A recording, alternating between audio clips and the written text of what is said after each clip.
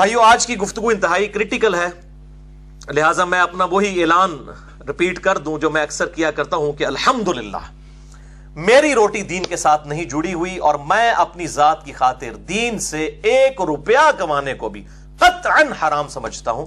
کسی پہ فتویٰ نہیں ہے، اور نہ میں سورس آف انکم ریلیجن کو بنانے کو حرام کہہ رہا ہوں، اپنی ذات کی بات کر رہا ہوں۔ اور میں لعنت بھیجتا ہوں کسی بھی ایسی بیرونی امداد پر، خواہ وہ سعودیہ کی طرف سے ہو یا ایران کی طرف سے، کہ ان ملکوں کا ایجنڈا اس ملک میں، سب کانٹیننٹ میں، انڈیا، پاکستان اور بنگلہ دیش میں لانچ کیا جائے اور سنی شیعہ فساد کو فروغ دیا جائے اپنی ملوکیت کو بچانے کے لیے، اپنی حکومتوں کو بچانے کے لیے۔ لعنت بھیجتا ہوں ایسی امداد کے اوپر، اور یہی وجہ ہے میرے بھائیوں، میں نے فرقہ واریت کو 3 طلاقیں دے کر اور 4 تکبیریں پڑھ کر ہمیشہ کے لیے دفنا دیا ہے، کیونکہ جس کی روٹی دین کے ساتھ جڑ جائے اور وہ سورس آف انکم ریلیجن کو بنا لے، آپ اس سے کبھی بھی خیر کی توقع نہ رکھیں الا ماشاءاللہ، کوئی شاید لاکھوں میں ایک ہو، اور اللہ تعالیٰ سے دعا کریں کہ اللہ تعالیٰ اس دن سے پہلے کہ ہم میں سے کسی کی روٹی دین کے ساتھ جڑ جائے، اللہ تعالیٰ ہمیں ایمان و عافیت کے ساتھ مدینہ شریف میں موت، بقیع غرقد میں مدفن، اور جنت الفردوس میں اپنے محبوب صلی اللہ علیہ وآلہ وسلم کے قدموں میں جگہ عطا فرمائے، آمین۔ بھائیو آپ میں سے اکثر لوگ میرے ماضی سے واقف ہیں۔ میں اپنی پیدائش 4 اکتوبر 1977 سے لے کر آلموسٹ 30-31 سال تک 2007 تک بریلوی رہا، اس کے بعد کچھ عرصہ دیوبند کے ساتھ اور پھر اہل حدیث کے ساتھ بھی کچھ عرصہ گزرا، اور 2008 میں پھر کچھ عرصہ ایز اے اسٹڈی میں نے اہل تشیع کے ساتھ بھی گزارا۔ آج بھی میں سب کی حق بات قبول کرتا ہوں، جہاں پر بھی مجھے علمی اختلاف ہو تو بغیر کلمہ گو اہل قبلہ کی تکفیر کیے پازیٹیولی علمی دلائل کے ساتھ اصلاح کی کوشش کرتا ہوں، اور یہی ایک مسلمان کا ایٹیچیوڈ بھی ہونا چاہیے۔ اب ڈیٹیل میں جانے سے پہلے ایک دفعہ دروشی پڑھ لیجئے۔ اللہم صلی علی محمد وعلی آل محمد کما صلیت علی ابراہیم وعلی آل ابراہیم انک حمید مجید، اللہم بارک علی محمد وعلی آل محمد کما بارکت علی ابراہیم وعلی آل ابراہیم انک حمید مجید۔ بھائیو انشاءاللہ آج کا لیکچر جو ہے ایک ہسٹری بننے جا رہا ہے انشاءاللہ تعالی، ایک ویڈیو بک انشاءاللہ اہل سنت اور اہل تشیع کے درمیان جو کنفلکٹ ہے، اس میں ہارمنی کی کا ایٹیچیوڈ کیا ہونا چاہیے انشاءاللہ تعالی، اس حوالے سے اور اس لیکچر کی سینسٹیوٹی کے پیش نظر میں نے آج اپنا بیک گراؤنڈ جو ہے یہ ریڈ کلر کا لگایا ہے، تاکہ لوگوں کو اندازہ ہو یہ کوئی سنی شیعہ کی ریپریزنٹیشن نہیں ہے، بلکہ اس ٹاپک کی سینسٹیوٹی کی کو خیال رکھتے ہوئے یہ ریڈ بیک گراؤنڈ میں نے استعمال کیا ہے۔ اور آج کے لیکچر میں ہم روٹین سے ہٹ کر اہل سنت کی بجائے اہل تشیع کے ریفرنسز کو پہلے نمبر پر ڈسکس کرنے جا رہے ہیں، اور میں یہ چاہ رہا ہوں کہ اہل سنت کا مقدمہ اہل تشیع کی عدالت میں رکھا جائے، ان کی کتابوں کی روشنی میں، ہماری کتابوں کی روشنی میں نہیں۔ اور اسی لیے میں نے اہل تشیع کے جو ریفرنسز ہیں ان کو آج ڈسکس کرنا ہے، اور اہل سنت کے ریفرنسز اگلی دفعہ الگ لیکچر میں انشاءاللہ تعالی مسئلہ نمبر 162B کے اندر۔